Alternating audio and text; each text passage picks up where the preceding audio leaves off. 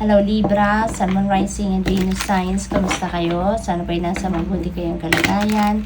Welcome back po sa Star Tarot. Kung bago kayo dito, welcome din kayo. Thank you sa inyong support. I truly appreciate it. God bless you all. Libra, paunang mensahe po ninyo. Hala, nalaglag na silang lahat. Kunin natin. Okay, so paunang mensahe ninyo ay Page of Wands. Ayan. So, dito sa Page of Wands, this is news coming your way. This is an exciting news kasi this is related to your creativity.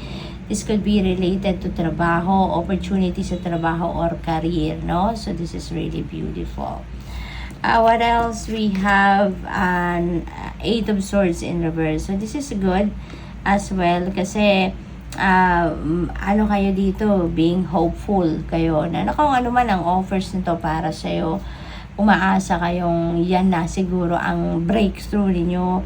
Siguro masasabi ninyo na sana ito na nga ang hinihintay ko, diba?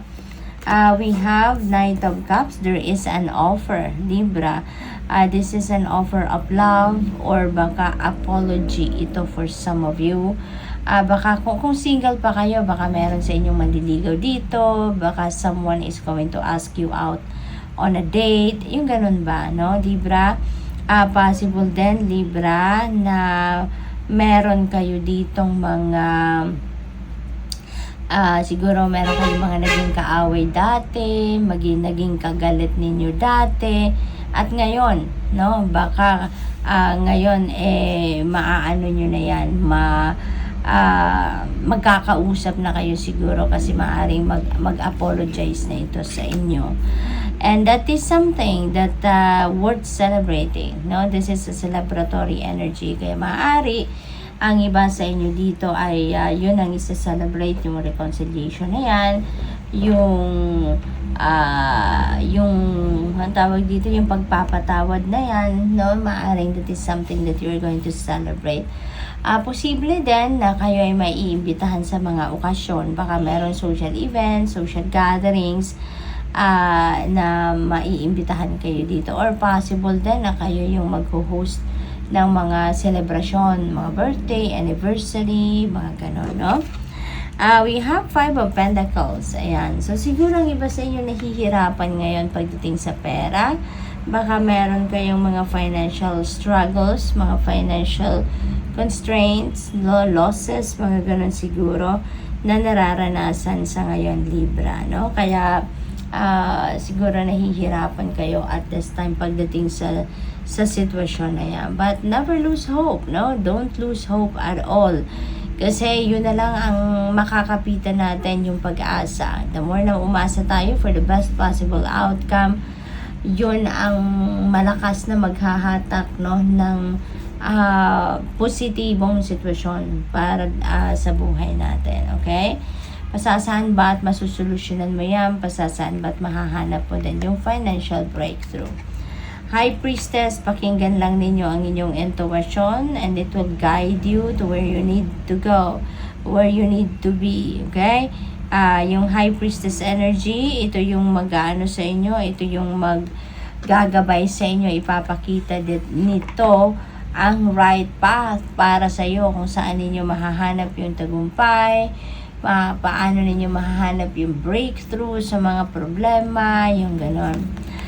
We have the Sun. Holy moly, Libra, napakaganda. This is the breakthrough that you are waiting for. The Sun energy, ito yung pinaka-optimistic, ito yung pinaka-happy, positive na energy sa buong tarot deck. Kaya magiging maayos ang lahat. Okay?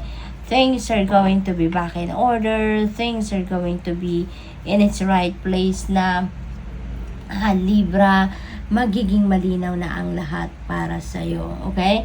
Magkakaroon na ng solusyon ng inyong mga problema. The right path will be shown to you kasi magliliwanag, no? Paliliwanagin ng universe, no? Ang daan para sa iyo sa mga sitwasyon na kailangan ninyong puntahan or